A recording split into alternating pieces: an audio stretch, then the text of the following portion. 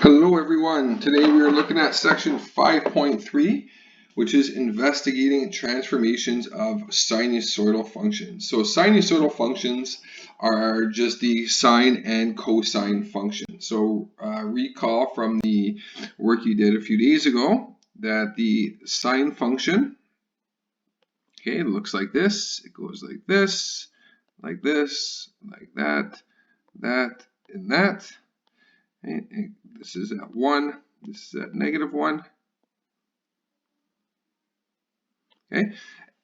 And the period is 360 degrees. That's 90, 180, 270, 360. That's a sine function.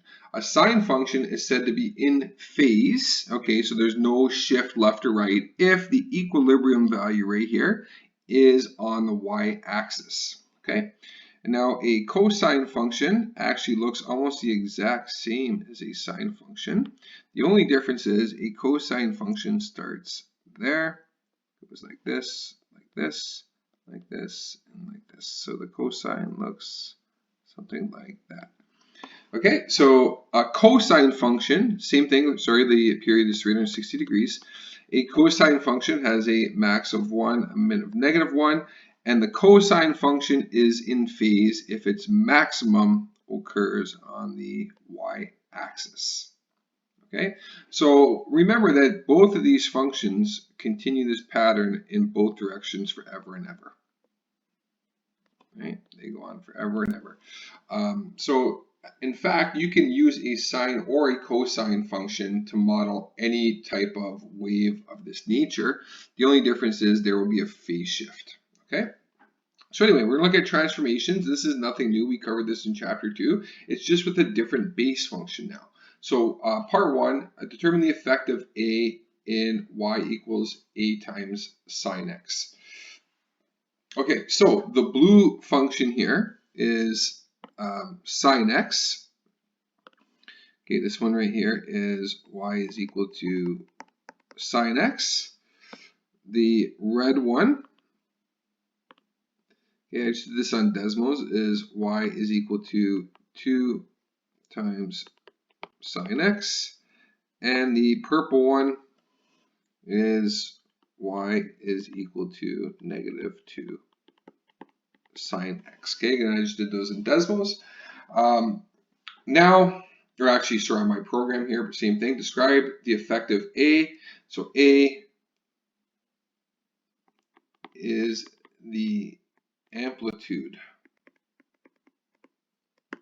of the function.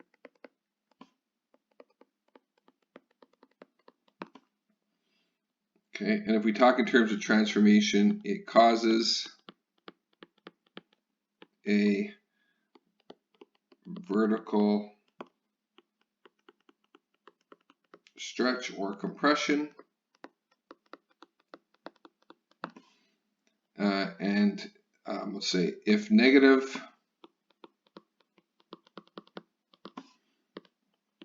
a reflection on the x-axis. Okay, so same thing in our other transformations. If we had a times x squared, it'd be the exact same thing. Okay, now determine the effects of k. Okay, so what we're going to do here is, I'm not going to change what I was say here. Okay, so this one right here, the blue one is y is equal to sine x. The red one is y is equal to sine of 2x. I don't actually have to put the brackets, but I did. And then this one here is y is equal to sine of either you can write it as x over 2 or y equals, or sorry, sine of 0.5x.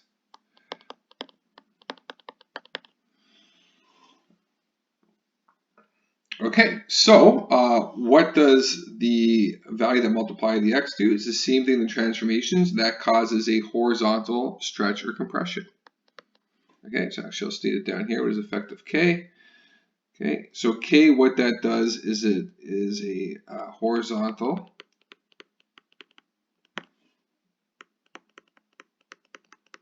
stretch / compression by 1 over k. Okay, by 1 over k. Remember, it's the opposite. So in this case, we create a formula. So the formula is your period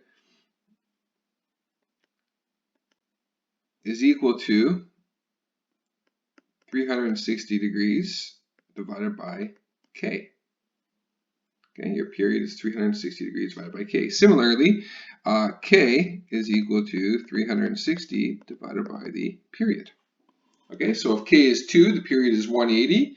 Okay, we look at this red function here. K is 2, and the period is 180, right? So you have 2 cycles in 360. Okay, excellent. Okay, so this one right here, x minus d. Okay, this is a little trickier with these types of functions. Okay, though. So again, the blue one is going to be the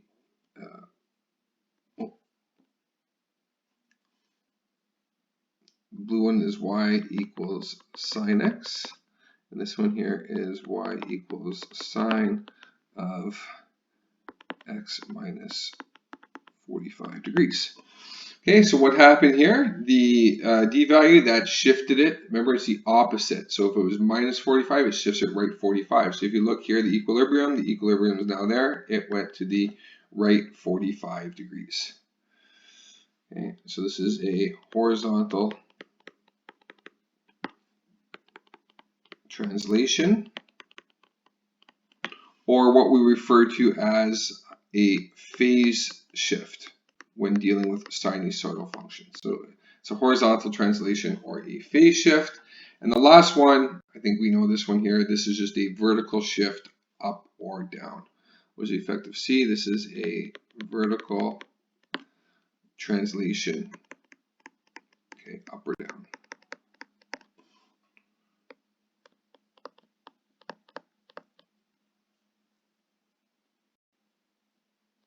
Okay, so this one here is y equals sine x minus 3.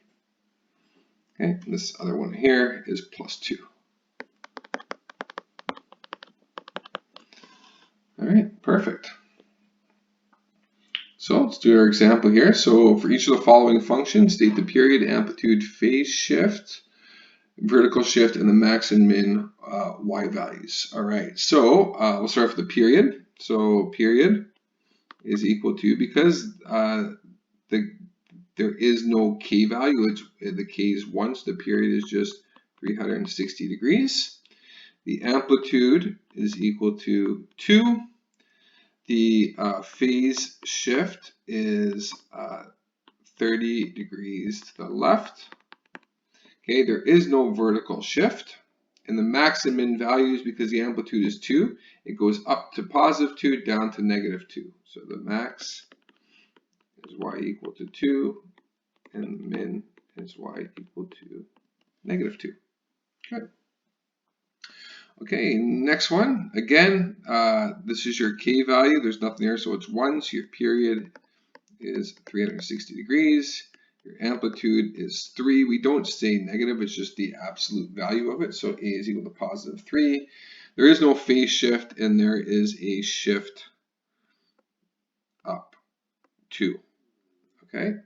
Now, in order to figure out the max and min, right, we sort of visualize what the function looks like, right? So sort of like just do a quick sketch without the shift. So it goes down. Because it's a negative 3, it's going to start at negative 3. It's going to go up to positive 3 and then back down to negative 3, right? And then what we're going to do is we're going to shift the whole thing up 2, right? So this negative 3 is going to shift up 2, so it's going to be at negative 1. And this positive 3 is going to shift up 2, and it's going to be at 5. So the min y value is equal to negative 1, and the max y is equal to 5. All right. Now this one right here, the k value is 2, so that's going to cause a horizontal compression. So the period now is going to be 360 over 2, which is 180 degrees. The amplitude is 4. There is no phase shift, no vertical shift. And so the min y value is going to equal negative 4, and the max y value is positive 4. right? Because that's the amplitudes. That means it goes 4 above, 4 below. And it's a cosine curve. It doesn't matter. It's the exact same, right? Same idea. Okay, next one here. K is 3, so your period is equal to 360 over 3, which is 120. Amplitude is 1, right? Because it's right there. We just don't write it. It is a phase shift right 90 degrees and a shift up 1. Okay, so now remember the amplitude without this vertical shift. We have a high of 1 and a low of -1, right? And we're shifting it up 1. So the 1 is going to go to 2. And the -1 is going to shift up to 0. Okay, and there's your work for today. And that's it.